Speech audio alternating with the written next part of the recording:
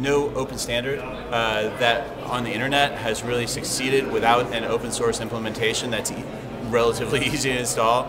The success of internet email really depended on SendMail. You know, that was what made email work.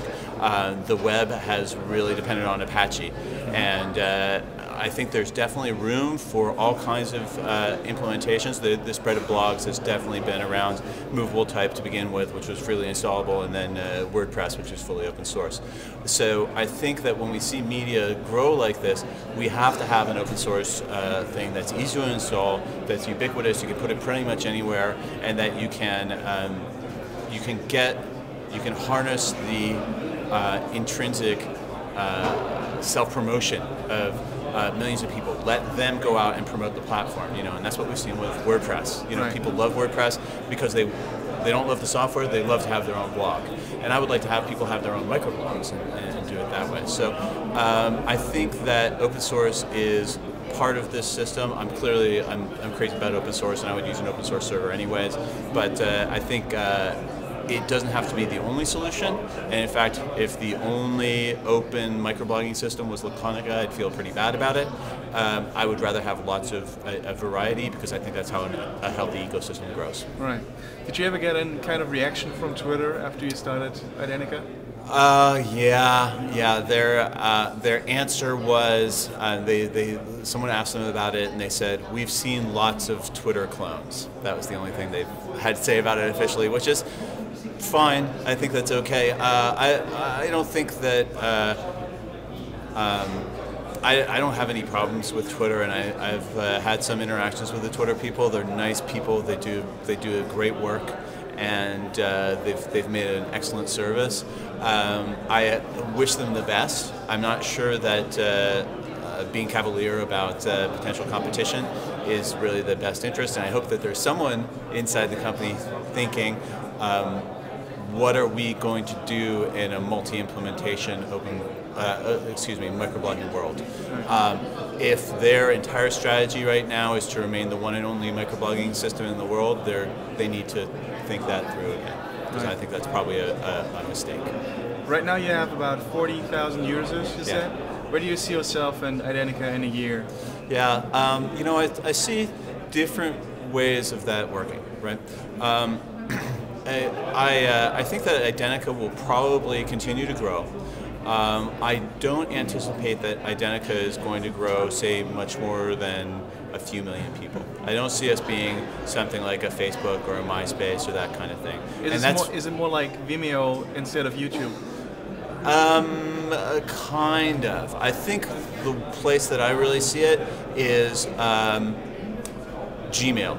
Right? Okay. So not everyone who uses email uses Hotmail or uses Gmail, right?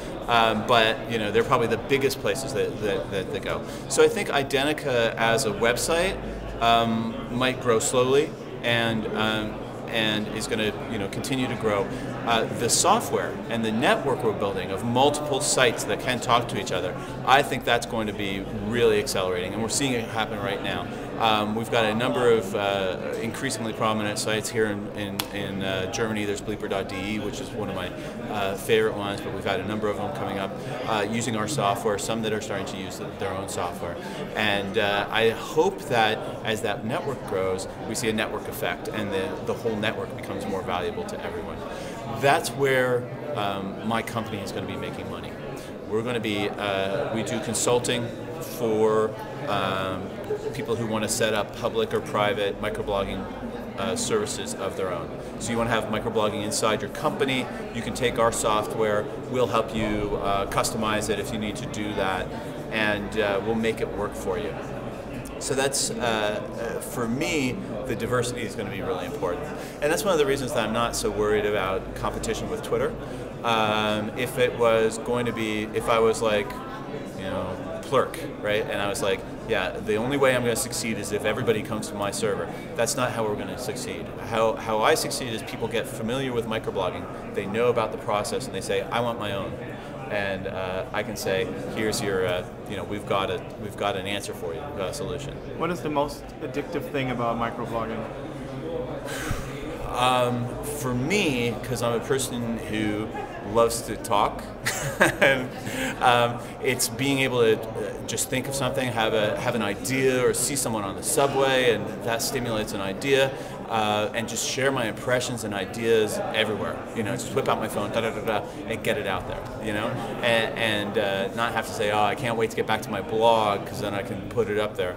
I also like the fact that you can just say such small things. You know, it gives you a freedom to talk about things that otherwise you'd have to apply meaning to. You know, you could say, I just had an apple, and that's fine. You know, if you were going to be blogging about it, you have to say, this is why apples are important, and here's what makes them healthy, and you know, I've loved apples, and so you have to make it into meaning something. You know, and you're allowed to just let things be in a microblogging world. You just kind of say it out there, and if people don't like it, you know, who cares? You know, they're just gonna, there's 100 other things for them to read. So I think that's the big thing for me is being able to have an idea, send it, and get reactions to it.